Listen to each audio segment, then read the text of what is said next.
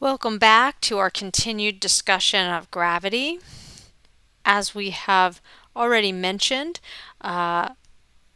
Newton's universal law of gravity tells us that every massive particle in the universe is going to attract another massive particle with a strength of force that is given by this equation. So this is true of anything massive, either on the Earth or any other planets or stars or anything else out there in the universe. Now, prior to Newton, people knew about other planets and were trying to understand the motions of these planets without really a concept of this idea of forces and universal gravity. In fact, they knew that planets moved in a way that was intriguing.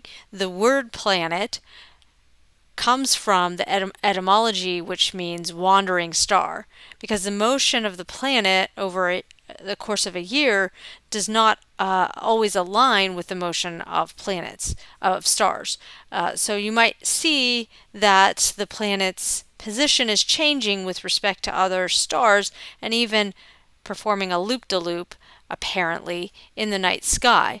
And so understanding what the motion of these planets was doing was one of the things that was preoccupying minds of the 17th century. And ultimately, the person who figured out what was going on was Johannes Kepler. Now, he couldn't have done so without the data of Tycho Brahe, who was the most gifted astronomer of the time. Now, bear in mind, astronomers in this era were not using telescopes. A telescope had yet been to be used for astronomical observations. But nevertheless, with his other instruments and keen naked eye, Tycho Brahe had sets of basically the best data in the world regarding the position of the planets in the night sky over many years of time. And so using that data, Johannes Kepler was able to understand what the pieces of the puzzle actually meant. And so he came up with 3 laws that describe the motion of the planets. The first law basically tells us that all planets orbit the sun in an ellipse. The second law tells us that if we draw a line between the sun and any planet and follow its motion as it orbits, it sweeps out equal areas in equal times. More on that in a moment. And the third law tells us a relationship between the orbital period, or how long the planet takes to complete an orbit, and its distance between the planet's position and the sun. So let's examine each of these laws further in detail. Kepler's first law tells us basically that although we may have thought that the planets orbited in perfect circles and can often be approximated that way, in actuality they are moving in elliptical orbits, meaning that these are more of an oval shape rather than a circle. Now, most of the planets are not very elliptical, and so if you were to actually draw their orbits, it would not look anything like this cartoon here. This is quite exaggerated just for us to be able to see what we're talking about. It would appear practically circular to your eye. But when the planets move in this elliptical orbit, the sun is situated at one of 2 what we would call foci, or focus for the singular. So it's helpful to know some parameters about an ellipse in order to facilitate the understanding of this law. So basically, there's an ellipse drawn here with some letters indicated that help us make some definitions here. So I had mentioned in the last lecture this term semi-major axis. What is it? So a major axis is the longer of the 2 ways across the ellipse. So, for a circle, it's just the diameter, and it would be the same one way as compared to the other way. But for an ellipse, one of these is going to be longer than the other if I go across this way compared to this way. And so a major axis is the longer of the 2. So a semi-major axis means half of that distance, or as indicated on this diagram, little a. The semi-minor axis would be half of the minor axis. Of course, that doesn't come up in this law, but that's also just another parameter about an ellipse. How squashed or how elliptical an ellipse actually is indicated by what we would call its eccentricity. Eccentricity is going to be equal to 0 for a circular orbit. So you can think about the eccentricity as being related to how far apart these two foci are. When they merge together as one and form a circle, then you have an eccentricity equal to 0. Now the planets have eccentricities that are quite small, 0.01 for example, but on that order, but nevertheless it's not actually 0. So going back to Kepler's first law then, it's basically just that here is the sun at some focus, there's nothing at the other focus, and the planet is executing an orbit that's shaped like an ellipse rather than a circle. Okay? The second law is a little bit confusing in the way it's traditionally worded. It says that a line drawn from the sun to the planet's position will sweep out equal areas in equal times. What does that actually mean? What it means is, let's say that as the planet goes around this orbit and it hits point A and point B, let's say that this takes the orbit 1 month, the planet 1 month to go from point A to point B. And then later here from point C to D takes another 1 month. So that this distance and this distance represent equal time periods. Then you see that when it was going from A to B, it did not go very far in terms of arc length. But if you were to connect that back to the sun, it traced out this narrow but long wedge shape. Over here, going from C to D, it traces out a larger arc length, but connecting that to the sun, this creates a wedge which is shorter and fatter. Nevertheless, the area of this wedge and the area of this wedge during this 1 month period compared to this 1 month period would turn out to be exactly the same. A consequence of that is that the planet must have been moving faster here in order to go through this entire arc length compared to here. If you think about what the force of gravity is telling us, that makes sense, right? Because the planet is closer to the sun here, so it's going to be accelerated more and move more quickly along its orbit here compared to there. Okay, so then Kepler's third law is the law which actually contains an equation. Essentially, it tells us that the period squared is proportional to the average distance cube between the sun and the planet. And this is all that Kepler knew, that it was some proportionality. He did not know what this constant of proportionality was, k.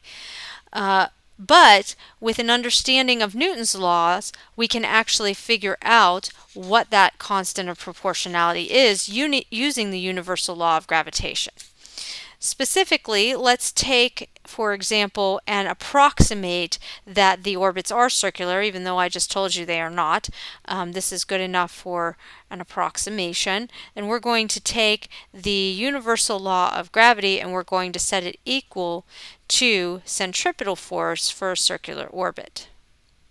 So some things will cancel when we do this, and we've kind of already done something similar like this before when we were solving for the velocity, but I want to do something a little different here. I want to re-express the velocity in terms of the orbital period. The velocity will be equal to the distance over the time, the distance being 2 pi r. And so this is going to tell me that this whole right-hand side of the equation is 2 pi r over the time period t. Okay, so simplifying, we get that gm over r equals 4 pi squared r squared over t squared. And if we rearrange this, we get that t squared is going to equal 4 pi squared over gm squared times r cubed, right? But for an elliptical shape, then we just call that a cubed, right? So this becomes, oops, just to give you that interim step here, this becomes t squared equal to 4 pi squared over g m r cubed. And if we just replace that with a for the semi-major axis, reflecting that this is an elliptical orbit, then we get back Kepler's law, where this whole thing is my constant k. So this is an agreement between Newton's universal law of gravitation and Kepler's law, and it tells us the exact relationship between the orbital distance and the time period. All we need to do then is plug in the mass of the sun and these constants, and we can figure out what those values are. Okay, so why don't we actually apply this equation that I've just derived to an example?